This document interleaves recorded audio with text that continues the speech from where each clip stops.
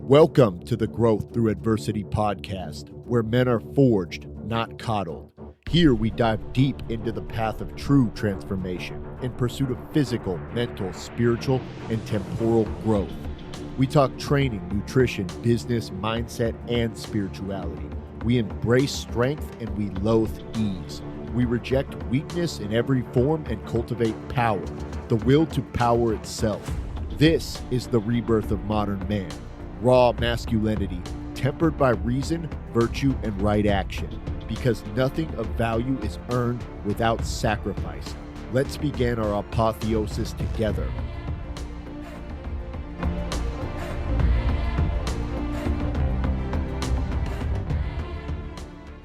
Welcome to another episode of the Growth Through Adversity podcast.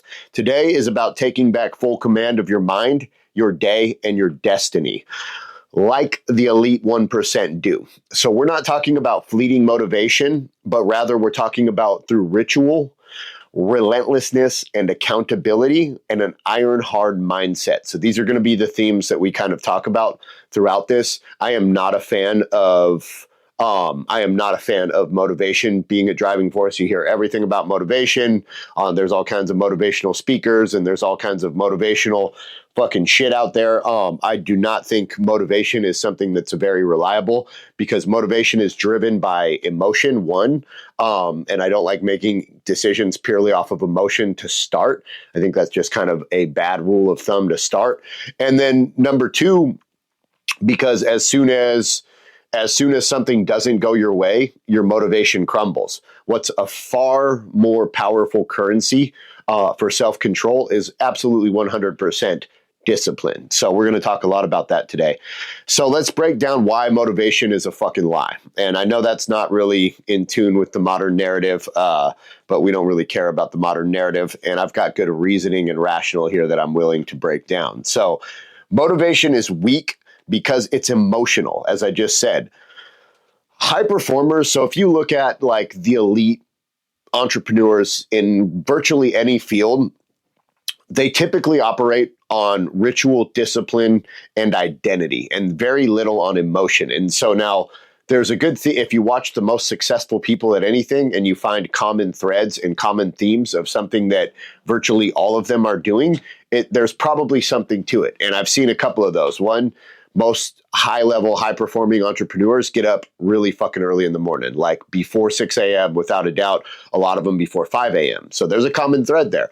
Guys, everybody from Grant Cardone to all of the big business names that you hear out there, most of these guys are early risers. These men and women are early risers, and there's something to that, and there's something to operating not off of motivation and not off of emotion, but rather off of ritual and identity. And I'm really big on the ritual side of that, although the identity is super important too.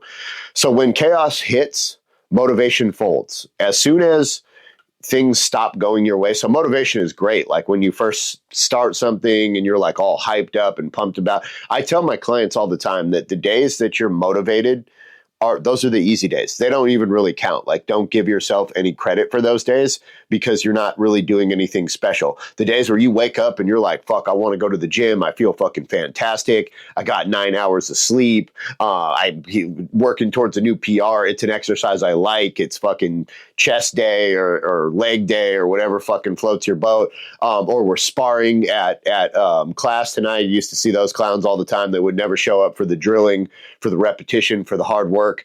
They would just show up for sparring night and then they wonder why they got beat the fuck up every time because they didn't show up. They didn't put the reps in. They didn't do the boring shit that fucking sucks.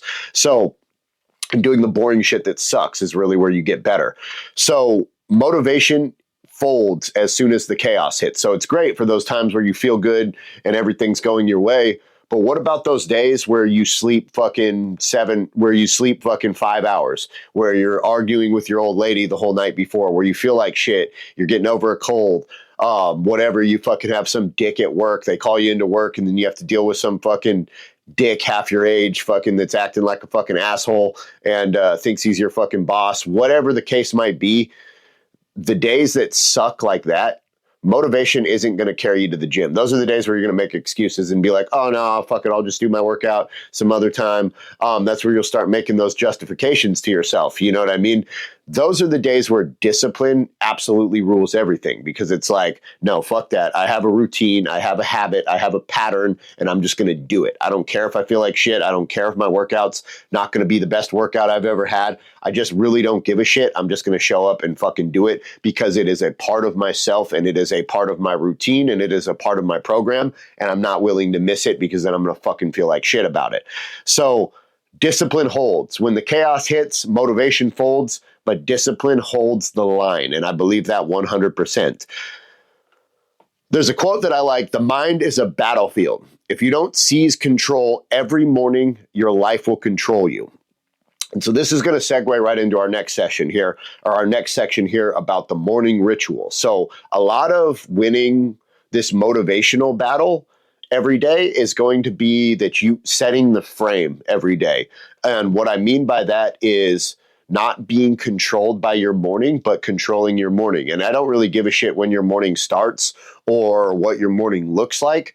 I'm just going to show you some things that I have found, again, common threads studying highly successful high operators that operate at a much higher level than most people. And what I found with most of them, and then experimented myself, is every single one of them has a morning ritual, and it is an absolute fucking game changer to your mental well-being and how you feel about your day and setting the frame for your day and having a good day rather than a bad day. A lot of whether you have a good day or a bad day is based on your mindset and how you choose to look at your day. And so if you lose the first war of your day, which is getting up and having a morning ritual, and you get up and the whole world controls you and you start dealing with stress and it's like social media and scrolling and all of the bullshit just consumes you in the first 20 minutes of you just rolling out of bed and being awake, yeah, when something bad happens that day, you're going to have a bad fucking day. It's going to wheedle in under your skin. Whereas if you set the frame and you get up and you initiate the day rather than have the day dominate you, you're going to be in a much better frame of mind to adjust and overcome any obstacles that are bound to crop up throughout the day. So morning rituals are absolute weapons that, number one, they clear your mental fog. When you wake up in the morning, it's kind of a clean slate. You've slept, you've reset your brain, you've cycled all of those conscious thoughts into memories, your brain's gone through a rejuvenative process, your body's gone through a rejuvenative process.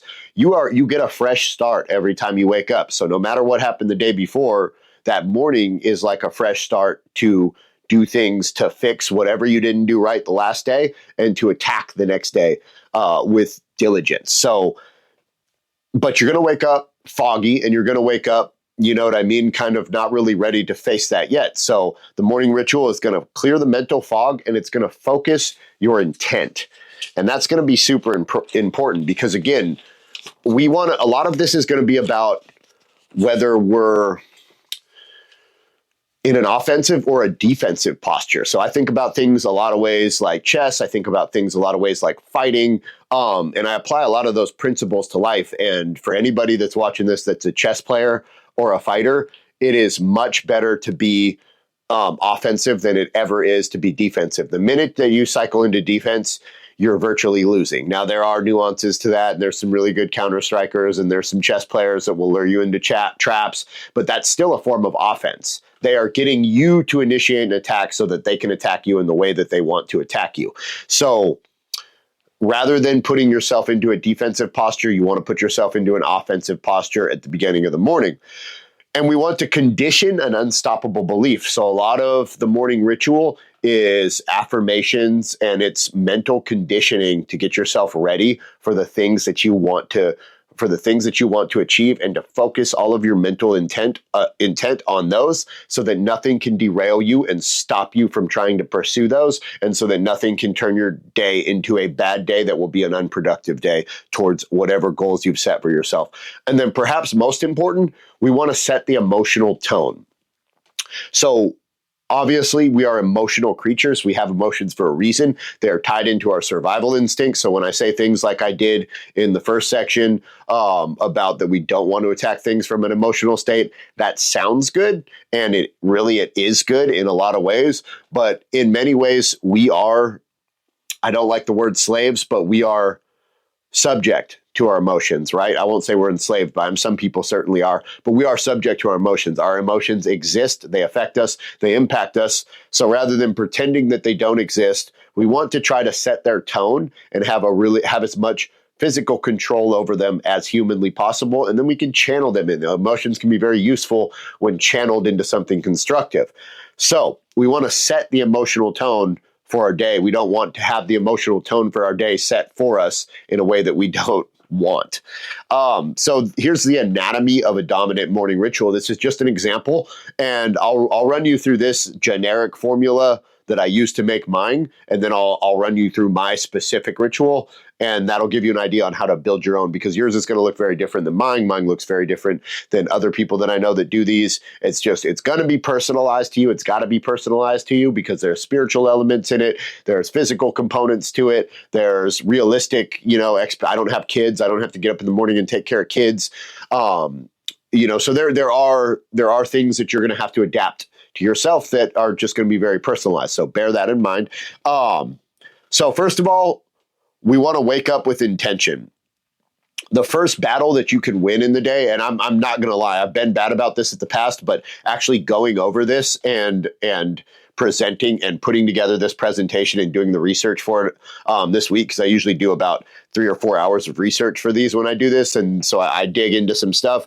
And I realized that in my morning ritual, although I've been getting up at a consistent time, I've been consistent with my affirmations, with my routine, with everything I'm doing. One thing I'm not doing is winning the first battle of the day. So the best way to win the first battle of the day is to have your fucking boots on the ground within 30 seconds of that alarm going off. Now, I have been like a snooze for 5 to 10 minutes type of guy. And I can objectively admit that all that does is makes me more tired. Scientifically, they've proven all that does is makes you more tired. If you want to sleep later, set your alarm for later. But when that alarm goes off, win that first battle. Don't let the day win that first battle. And the next week, I'm pushing my wake up time from 6 to 5. I'm getting up earlier, and I'm going to start applying this. Just from reading this has really inspired me to want to even tighten up mine a little bit. And I think mine has been pretty good to date, but it can always get better. So win that first battle. Boots on the ground within 30 seconds of that alarm going off. If you don't do that, you've lost the first battle and you're already in a defensive posture. The fucking alarm's won and you're defending yourself against it because all you want to do is sleep. So fuck that. We want to be awake. We set that alarm. We had control of that alarm. So as soon as it goes off, roll the fuck out of bed and get going. What are you doing over there, Mr. Pluto? What, you want to be on the camera? Come here.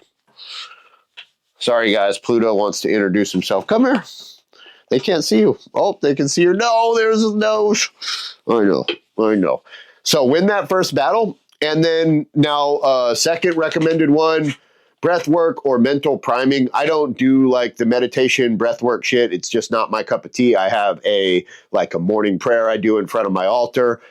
That's good enough for me. I've tried meditation and all that shit, and it's just never been my thing, but a lot of people recommend it and do really good with it. What I do is mental priming. So I have my ritualized morning prayer that is it's very practical. It's very this is what I want to do and this is why I want to do it. Number 3, physical movement and hydration. So one of the best things, and again, this will come into the controlling, I actually have it here down at the bottom, but one of the first things you want to do is you're fasted and you're dehydrated. So you want to control inputs going into your body, but the best thing you can do, get some electrolytes and get some water in you. First thing, ideally 16 ounces or more. And then journaling and focus targeting. Now, so this can be done in a lot of ways. You don't necessarily have to sit there. Honestly, you should identify whether you are a writer or a speaker. If you're a writer, then you should write it. If you're a speaker, then you should speak it into a voice note. Because different people some people are writers and some people are speakers. I am honestly a little bit of both. I love to fucking write, but I'm also, I think, a pretty decent speaker. I'm able to do this kind of stuff. So a lot of people aren't. So sometimes I'll do it. It kind of depends on what's going on. in my morning. Sometimes I'll write, like if I'm not the only one there and I'm not alone, then I'll usually write it. But if I'm alone and it's just me down there, like if I'm up before everybody, which I usually am, then I'll usually speak it into my voice notes, because just the power of intonation, there's something for millions of years. That's how humans and pre-humans passed on knowledge and information, was oral traditions. So there is something about the spoken word. It's unique to the human animal, and there is a certain amount of power to it. So yeah, I don't know if you're just a writer and you love to write by all means. But if you can voice this into a voice note, get it to where it's something memorized that you speak. I believe there is something holy and powerful about the spoken word because of its uniqueness to humanity and just all of the connotations behind it on how we passed knowledge and lore and myth and everything that makes us human down for generations and generations just with the spoken word. So there's something to that. Visualization and victory. So, and again, so if you notice, these are all very intentful steps, very easy steps to do. You can also integrate, your coffee, your water, a little bit of clean nutrition into this process too. But what we're doing is we're controlling the input and we're visualizing our victory. And so when I say controlling the input, what we're not doing is what 90% of most people do is they get up and they grab their phone and they go right into the negative fucking news, which is like the worst shit you can watch because it's purely fucking negative and designed to fucking control your mind and fucking scare the shit out of you. So that is the worst input you can give yourself first thing in the morning, but that is like an American tradition to get up and watch the news. I utterly fucking refuse to do it. But also, so I work on social media. So for me, the temptation is to get up and see, hey, did I get any messages, new leads? Are any of my clients needing questions answered? Like I'm drawn to my phone to start answering questions immediately. But what happens when I open social media is I might have the intent to respond to some messages and see if I got any new messages or see if I got any new comments or anything that's maybe going to build my business. But what happens? We end up fucking scrolling social media, and then, we end up just melting our brain for 30 minutes on the phone and don't actually accomplish anything. And we end up absorbing a bunch of fucking negativity, a bunch of fucking hate, a bunch of just fucking super unproductive stuff. And that's the first thing that we're absorbing. So we're going into our day full of negativity and fucking hate. So now, obviously, you're not going to not use your phone all day. I'm not one of those guys. I'm not one of like the live in the woods fucking Mormon types. But definitely, there's a lot of negative things that come from it. There's a lot of good things that come from it from a person who runs his business online. I can attest to that. But it's not the first input you want to add into your life because it's not something you can control. So that is basically the morning ritual framework there. That's like 6 or 7 steps. Really, you're going to customize that. Now, also, duration. This does not have to be a 4-hour affair, right? It really doesn't. So my morning ritual takes about 10, 15 minutes tops. And that includes like get up, brush my teeth, hydrate, like the basic like human needs functions, take my vitamins, that kind of shit. Eat my fucking first meal, a little bagel usually, or a bowl of cereal.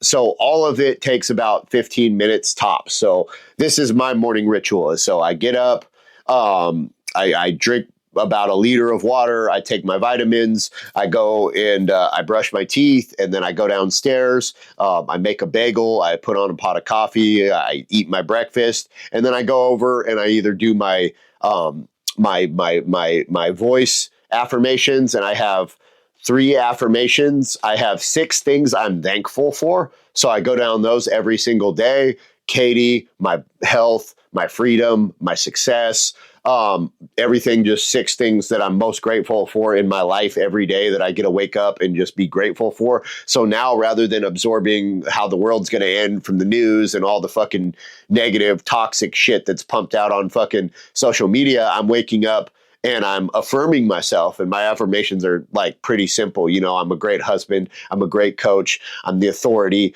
in my niche. You know what I mean? So I'm affirming myself, and I'm affirming who I am, what I'm here to do, and what I believe in. And then I'm going through and I'm I'm quickly knocking off the 6 things that I'm most thankful for. So I'm starting my day from a super positive frame of mind, right? It's been only positivity since I've waken up. I've focused on the things I'm thankful for. I've affirmed who I am as a coach and a husband.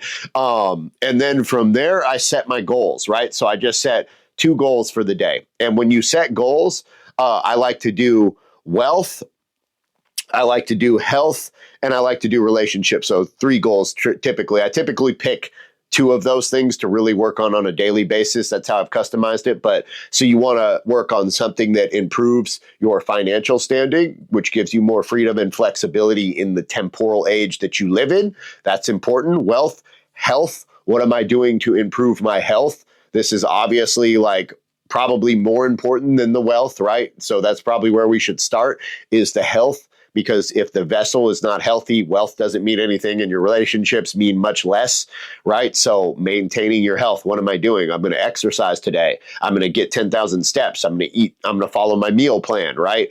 Whatever it is for the day on a day-to-day basis. And then you can have longer-term health goals too, on PRs you want to set, on things you're working towards in the gym. And then, so wealth, so a financial goal, and then a relationship goal. Like, what am I going to do to build the relationship with the people that I love and care about the most? In my case, it's obviously Katie. If you guys have kids, they fall under that too. If you have a wife, a husband, whatever, they fall under that. But you need to be pouring. Those are like the 3 cups in your life outside of yourself that you need to be filling, because those are the 3 cups that are going to fill you back up: your health, your wealth, and your relationships. And if you're not focusing on those things first thing in the fucking morning, then you're fucking up. And that's why I say, leave the phone alone, go through this ritual. And then after that, I'm done with my morning ritual. I think I'm going to add in a walk for the kind of meditation. I go up to my altar and I do my little prayer, and I do a short little, I just sit down in front of the altar for literally a minute or 2. And then my morning ritual is done. And now I feel rejuvenated, recharged. And then I will pick up my phone and start working and start answering messages and start doing everything that I need to do. So we've got the morning ritual honed in. Now we need to talk about self-limiting beliefs, because I see these, and you guys hold on 1 second. I'm rather parched.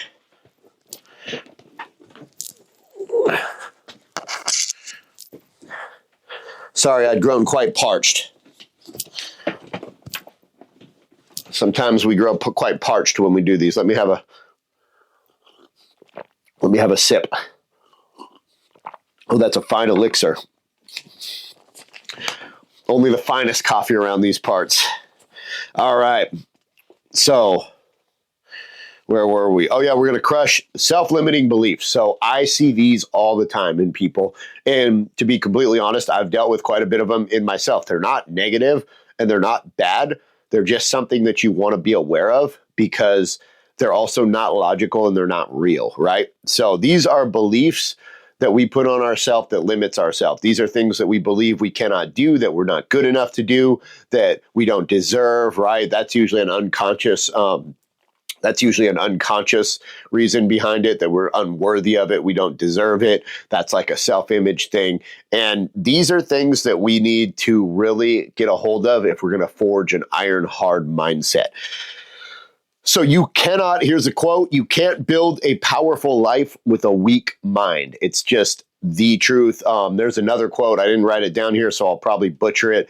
But small minds and weak people kill big dreams. So this is also obviously reflects on yourself. You have to focus on building up a strong mind, but you also have to, a lot of self-limiting beliefs are external. They come from the people around you. So if you've got a bunch of people telling you that you'll never do this, you'll never do that, you're not capable of doing this, you should fucking just do it how everybody else does it and follow the fucking norm and just be a bleeding sheep and fucking not do anything outside of the box. If you're surrounded by those type of people, those are small minds and weak people, and they kill big dreams, and they are cancer, and you should excise them from your life. And that is a ruthless thing to say if I'm talking about people that you care about, but it is also a fundamentally true thing to say.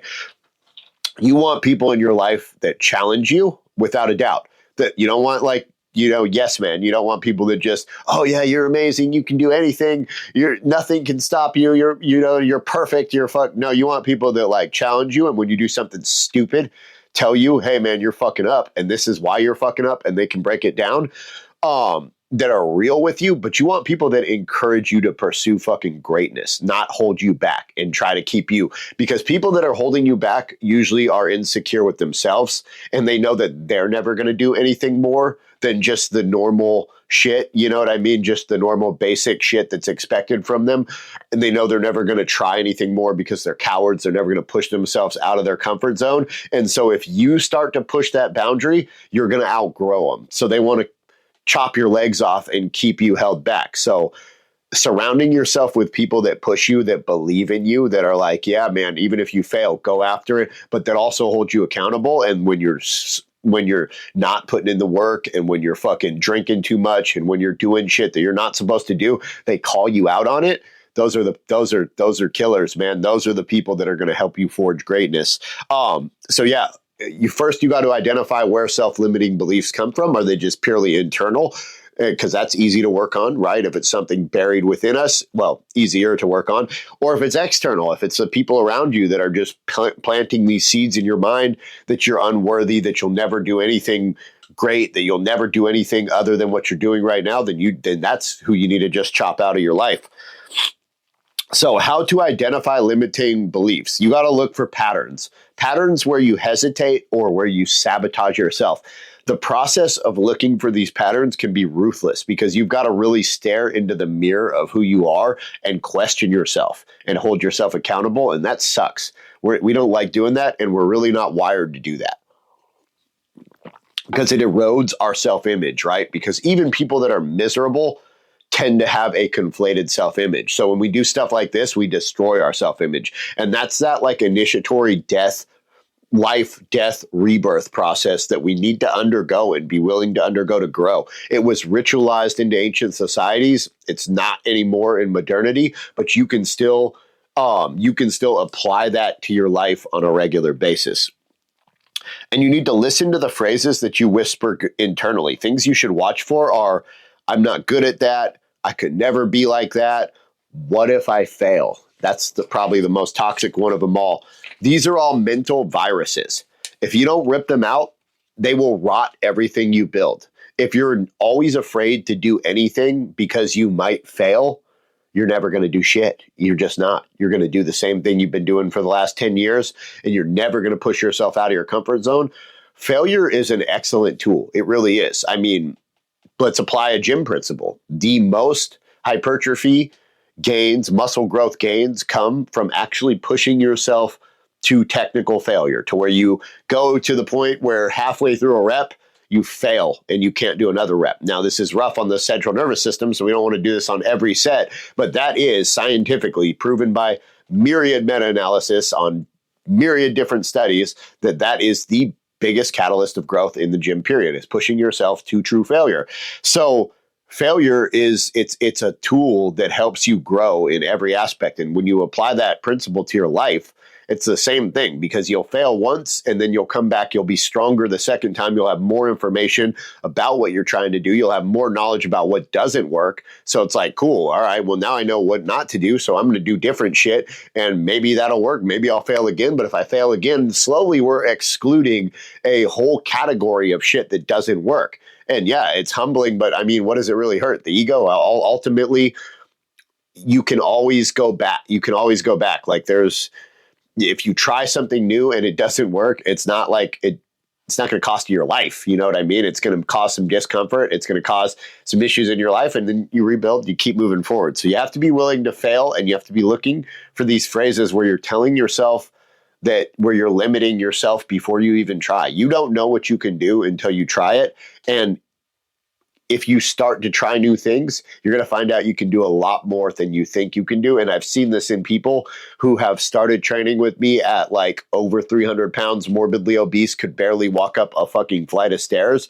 And a year later, they're doing jujitsu and like tapping out fucking 20-year-old kids, and they're 100 pounds lighter. Or they're double knee replacements. Oh, I'll never squat again. My knees are too fucked up. I'll never squat again. And 4 months later, they're back squatting 185 pounds and their knees don't hurt at all. So it's like, you only can't do what you tell yourself you can't do. So every time I Let's just go through the process. So there is a process on how to destroy these self-limiting beliefs because they're going to crop up. First thing you have to do is catch them. So you have to be constantly vigilant of how your mental processes are working. You have to be constantly vigilant of what's going on in your mind. And anytime those self-limiting beliefs crop up, you have to catch them, and then we have to challenge it with evidence of every time you've won in the past, rather than just an emotional feeling of, oh, I can't do that. That'll never work. No, it's like, okay, let's challenge that. Well, I didn't think this would work, and I did it, and it did work. And I didn't think this would work, and I did it, and I did work. And I didn't think I could build an online business, but here I am 3 years later running one. And so you've got to present yourself with empirical evidence of where you've won in the past similar to it, so that you can overrule emotion with logic. And then you change it by reframing it. Once we've identified it, challenged it, found out that there's no merit to it, because there are sometimes, like, your mind will tell you things that are useful too. So you've got to funnel through, you've got to sift through this stuff and find out what's a self-limiting belief and what's a reality. Like, should I go and fucking spend my entire life savings on a fucking yacht? No, probably not. Like, and that's not a self-limiting belief. That's you will financially destroy yourself for no return. So there is, and that's an extreme case, but there are other times where this does crop up, right? So use your ability to analyze yourself here logically to catch these self-limiting beliefs, challenge them, and then change it by reframing it. Change the I can't to I can. Or I might be able to is better than I can't, right? But I like a very strong affirmation of I can, I will, right? Because if you tell yourself that, you begin to manifest it. And that I'm not into all the new age fucking the laws of manifestation. I believe in the spiritual energy behind that. I believe in alignment. I believe in energy,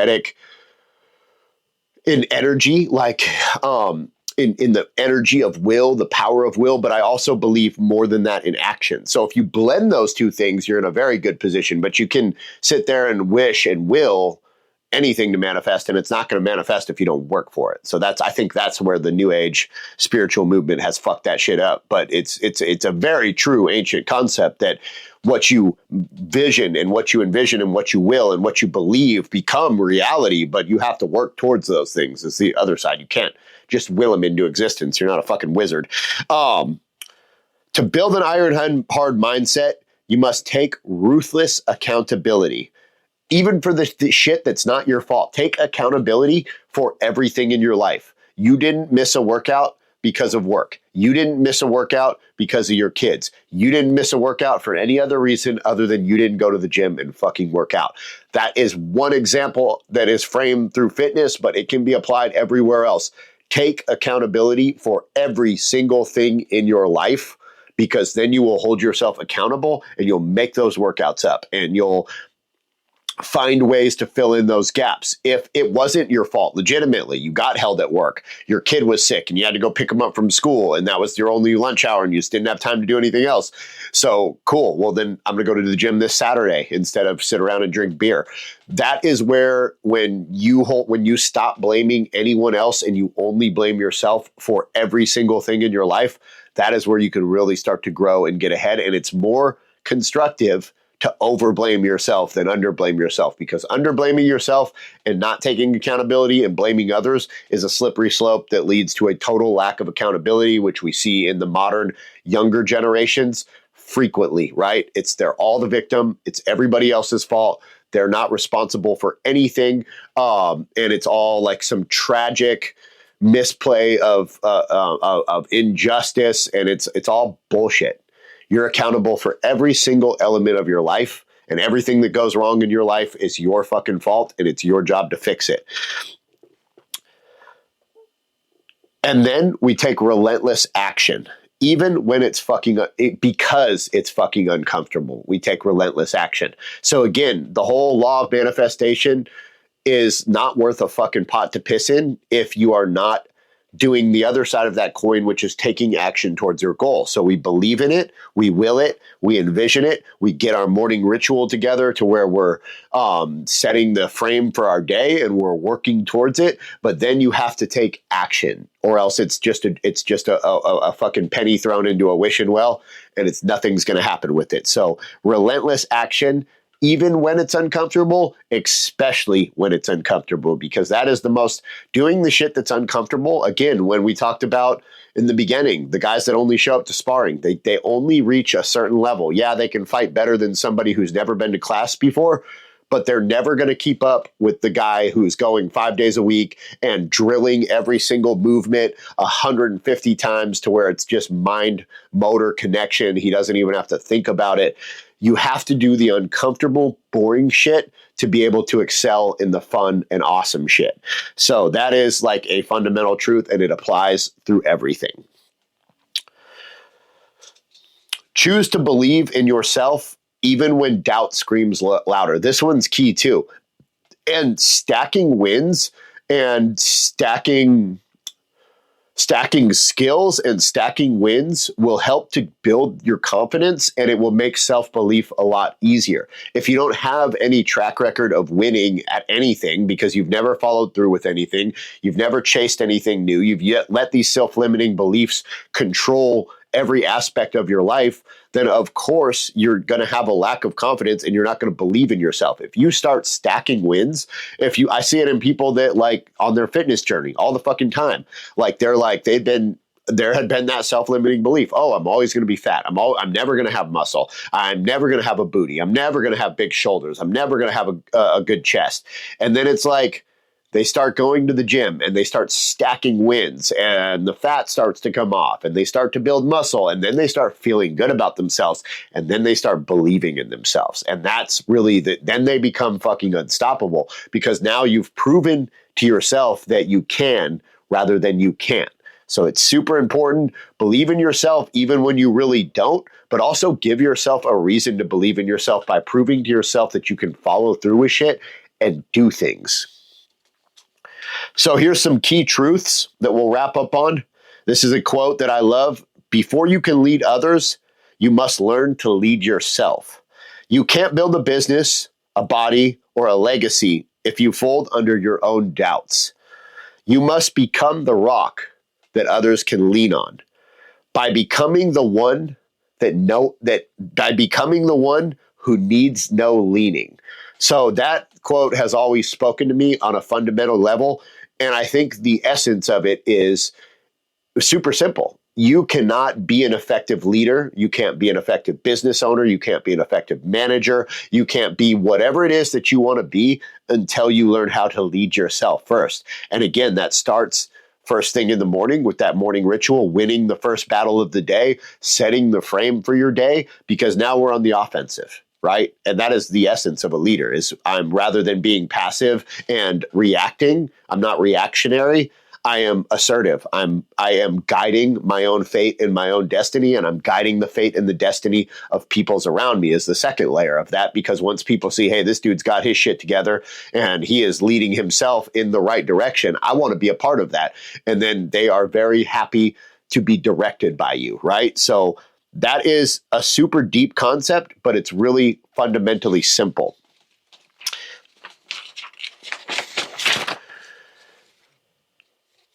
And part 5, we want to kill excuses before they even start. We got to turn things like, I don't have time, into, you don't have time to stay stuck, because our life is short, right? So we don't have time to make all these fucking excuses and tell ourselves all the things that we can't do. If something is important to you and it aligns with those 3 goals that we were talking about when we first started this, health, wealth, relationships, those are the things we should be working towards every day, then you don't have time to make excuses. So reframe these excuses. I'm too tired. I love that one. That's exactly why you got to get your ass up and move, because the more lethargic you are, the more lethargic you'll become. And the whole, I'll start next week, the procrastination, the delay, it doesn't work. You will procrastinate yourself into your fucking grave if you give yourself the opportunity. Rather, take action. Again, we talked about that relentless action. We talked about that earlier in this presentation a couple of times. Your life will get better when you start taking accountability. You will control the chaos in your head and win the mental battle when you start taking accountability and you start taking action. Those two things are like need to be the fundamental pillars of your life. I take accountability and I take an action. I don't wait for good things to come to me. You're not going to make any money sitting there waiting on the phone to ring. You're not going to get fit sitting there fucking thinking about a dumbbell. No, you're going to make money by getting out there and getting after it, and you're going to get fit by getting the fuck to the gym and lifting weights. Random mornings create random lives. Engineered mornings create engineered lives. So design your personal. So this is my homework for you guys. So if you're still watching and you've made it through this whole 30-minute TED Talk, then you're obviously really about personal transformational change. So I've got some homework for you. Design your own personal morning ritual tonight. If you're one of my paying clients, post it in the group. I'd love to see it. I'll audit it. I'll give you feedback on it, let you know what I think, and we'll hold each other accountable. Implement it. I'm not going to say tomorrow. Tomorrow's Sunday, so I'm much looser on myself on the weekends. To be completely honest, I think that's part of the resetting process too. But implement it starting Monday morning, right? And let's just make this a realistic timeline. Do it for 7 days and track it for 7 days. And then you've stacked a win, you've stacked some consistency, and then we can keep stacking on top of that. Start identifying, challenging, and rewiring your limiting beliefs. So I've given you the process on how to do that. Start actually doing it. What do they call it? Information without implementation is mental masturbation. So if you're going to come to these and you're going to listen and you're going to get this knowledge, or anywhere you get knowledge and information, if you're not willing to implement it, it's just mental masturbation, and we're not into mental masturbation. So implement, because it's just information. It's just binary zeros and ones until you actually implement it into your life, right? Watch how fast your outer world starts matching your inner control. It's weird. The universe is weird. When you start controlling internal elements, and this is where the spiritual side of things come in. The universe begins to bend around you. It's a freaky fucking thing. But when you do right, and when you pour good into the well, and you're structured and you're regimented and your internal world is controlled, and you are just this indomitable force of nature, you create an energy and an aura and an essence around you, and things begin to change in ways that you want them to change, or more importantly, in the ways that they need to change. And then more and more struggles come up, because the hardest test for the strongest soldiers, when you start pushing yourself and getting outside of your comfort zone, the universe is going to start testing you and pushing you harder, and that's going to cause you to grow faster. And eventually this becomes an exponential growth, right? So dominate your morning, dominate your mind. You were built to lead, but first you've got to lead yourself. So that is all I have. I want to do one last quote here. Pressure reveals the truth. Rituals reveal the leader. Belief reveals the future. Own your mind or be owned by it. It's your choice, and it starts right now. Thank you guys so much for coming. I appreciate it. I appreciate you taking time out of your Saturday to come and do this with me. I love doing the research for these. So we've got 3 more weeks of topics. I can't remember what they were, but we did a poll in the group and got a vote there. So I'm going to go through the hierarchy there. This was the most requested out of the 3 or 4 or whatever the fuck it was, but we'll go down. We'll do the next 2 of those in a row. As always, my DMs are always open. If you guys are interested in working with me one-on-one, shoot me a DM. We can talk about it. Or if you just want to talk to me, ask me some questions, I'm always happy to answer them. And if you want, and if you have any requests for future live trainings, shoot them to me in the DMs, and I'll make it happen. You guys have a great fucking weekend. Again, implement this shit. Information without implementation is mental masturbation, and we don't do that. Have a great weekend, guys.